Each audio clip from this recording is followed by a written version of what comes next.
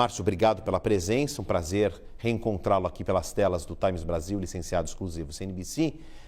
Você vê mais efeitos positivos ou negativos para a economia brasileira diante desse cenário que nós estamos observando agora? Boa tarde, Favalli, boa tarde a todos. O cenário de aperto monetário que nós vivemos, com taxas de juros extremamente elevadas, 15%, é um patamar muito alto, é o maior dos últimos 20 anos, ele tem trazido uma necessidade de discussão maior sobre como reativar a economia na medida em que o Banco Central ainda considera o perigo da inflação que ronda e que tende a ser um alimentador dessa política de juros altos.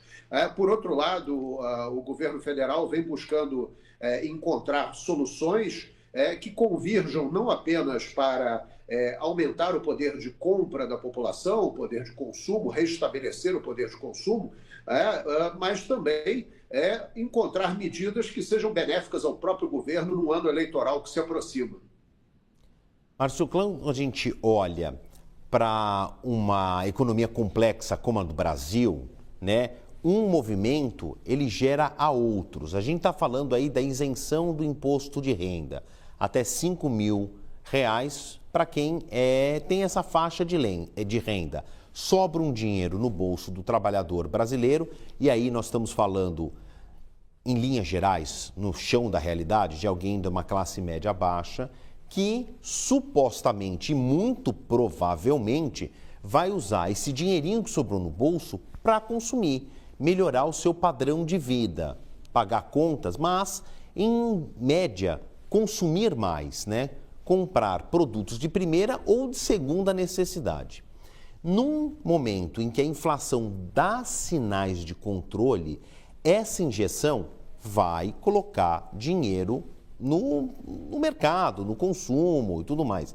Isso pode atrasar a queda da taxa Selic, porque a gente vai mexer nesse delicado eixo, né? Aumenta o consumo, provoca mais inflação. Para controlar a inflação precisa da taxa Selic. Isso dói na cabeça de quem vende produtos de altíssimo valor agregado que você precisa financiar e parcelar. Ou seja, é uma equação que tem um equilíbrio, mexe de um lado, depois ela tende para o outro. Nessa situação, como é que fica o fiel da balança? Se nós olharmos os dados disponíveis para consumo essencial das famílias, há cerca de uma década, as famílias, após os consumos essenciais, sobrava para a família cerca de R$ 45,50. Hoje sobra algo em torno de R$ 41,90. Quer dizer, houve uma redução nítida do poder de compra das famílias ao longo da última década.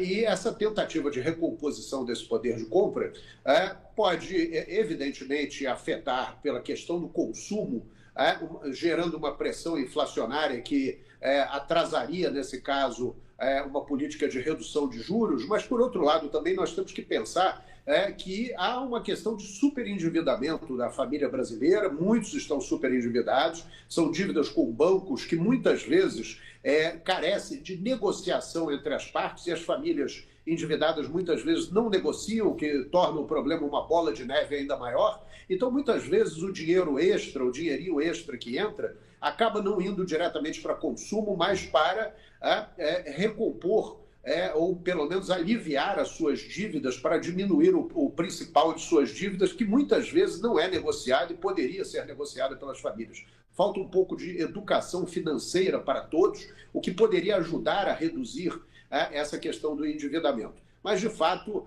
uma pequena parcela pode ser, sim, dedicada a consumo, porque também nessa questão da falta da educação financeira, muitos que ainda endividados estão, não direcionarão o seu dinheiro somente para reduzir o principal de suas dívidas, mas ampliarão seus gastos de consumo, direcionados principalmente para o mercado de Natal, que vai se aproximando agora. Sim, mas isso a partir do ano que vem nós temos que olhar o que vai acontecer a partir do ano que vem. O que as famílias têm de extra agora vai para o Natal, mas o que vai a partir do ano que vem com a nova lei sancionada?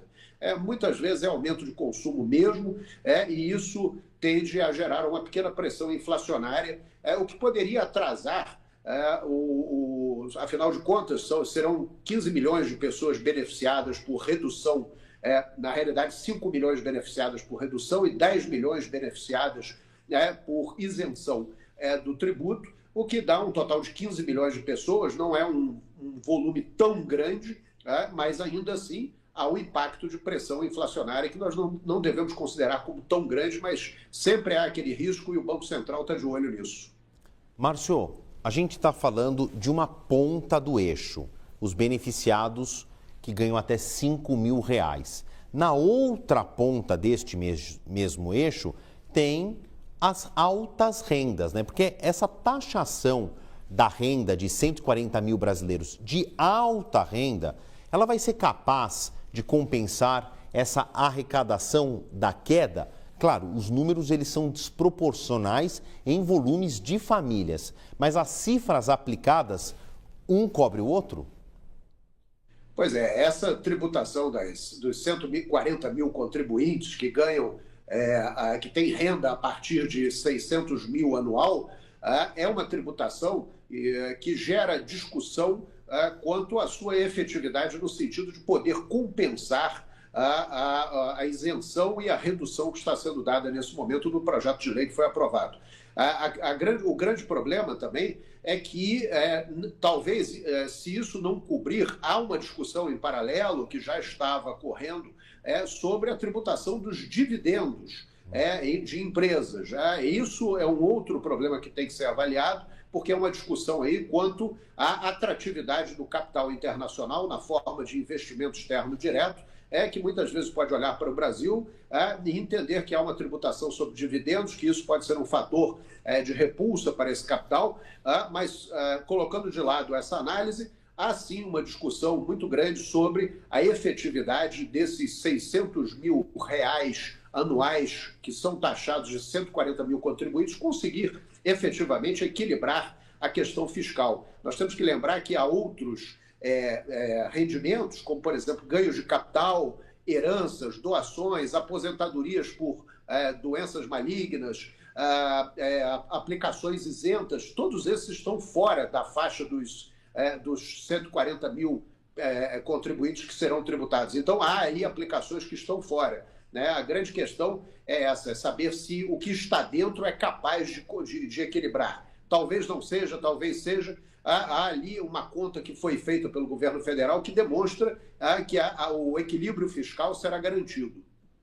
Bom, a gente ainda, como você mesmo disse, Márcio, precisamos de mais dados ano que vem para ver comportamentos e reações. Mas desde já agradeço aqui os teus esclarecimentos. Conversei com Márcio Sete Fortes, economista e ex-diretor do Brasil no Banco Interamericano de Desenvolvimento, o BID, a quem eu sempre agradeço aqui pela constante participação e as respostas precisas. Márcio, até uma próxima oportunidade. Muito obrigado, Favalli. Boa tarde a todos.